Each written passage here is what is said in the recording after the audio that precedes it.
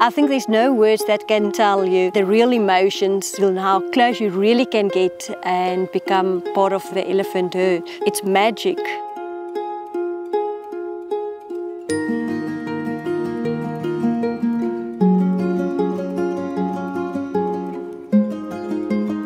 We decided that we'd like to integrate him with the wild herd on Kapalma. Which is obviously the way to go, but hours and hours of spending time with him in the bush, he just reckoned he wasn't an elephant, eh?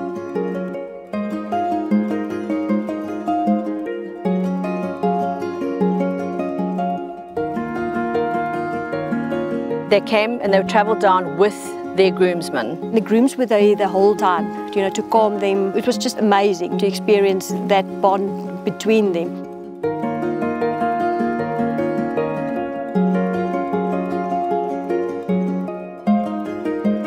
The only way really to keep them in existence was to continue offering elephant-back safaris.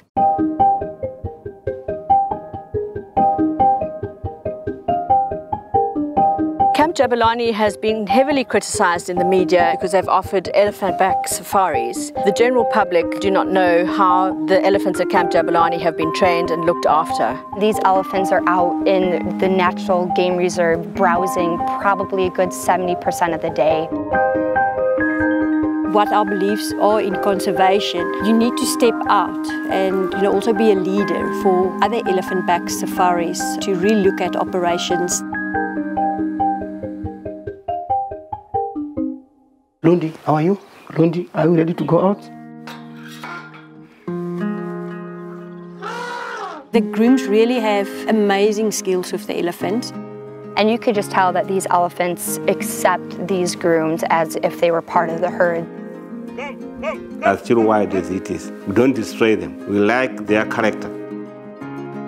Dean here wanted some research done on her elephants to see how they were feeling in comparison to the wild herd here.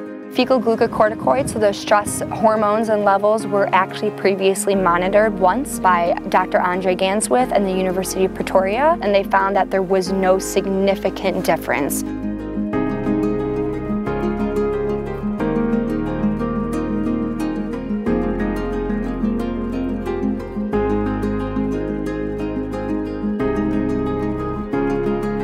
They're probably the most difficult animal that I know of anyway to actually rear. There's not one particular formula that you can say this one works definitely for elephants. We've done a lot of research and investment now to get a supplement that's very close to the natural milk of an elephant cow. To give you an example about what Chow would cost, his milk is 1,800 Rand a day. And this is where we have to think of very clever ways to support this program. You take on a responsibility of 60 years. And I think that's the reason why I'm looking at putting something into place that if I'm not there one day, that it can continue.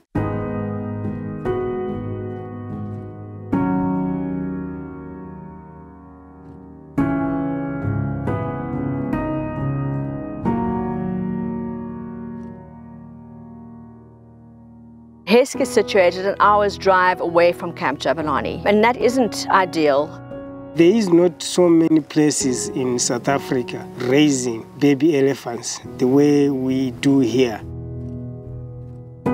They will not ever find a place where there are as many people that are as qualified and as experienced to look after a baby elephant until it's 33 years old.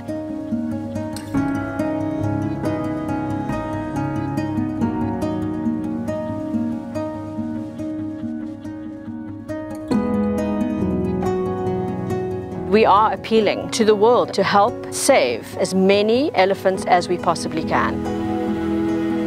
I just think if people could come here and really see what this place is about and the story behind how it grew and how these animals were orphaned and how they're living in these great environments now, I think it would just change a lot of people's minds. It's very good to place for the animal to stay. Hey. All right, all right. Come.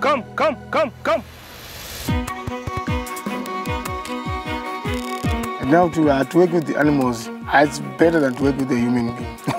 Because I understand the animals than the people. I love to stay with the elephant. It's like my children. That is my life. There's a lot of things that people still can learn from elephants, just their way of treating each other.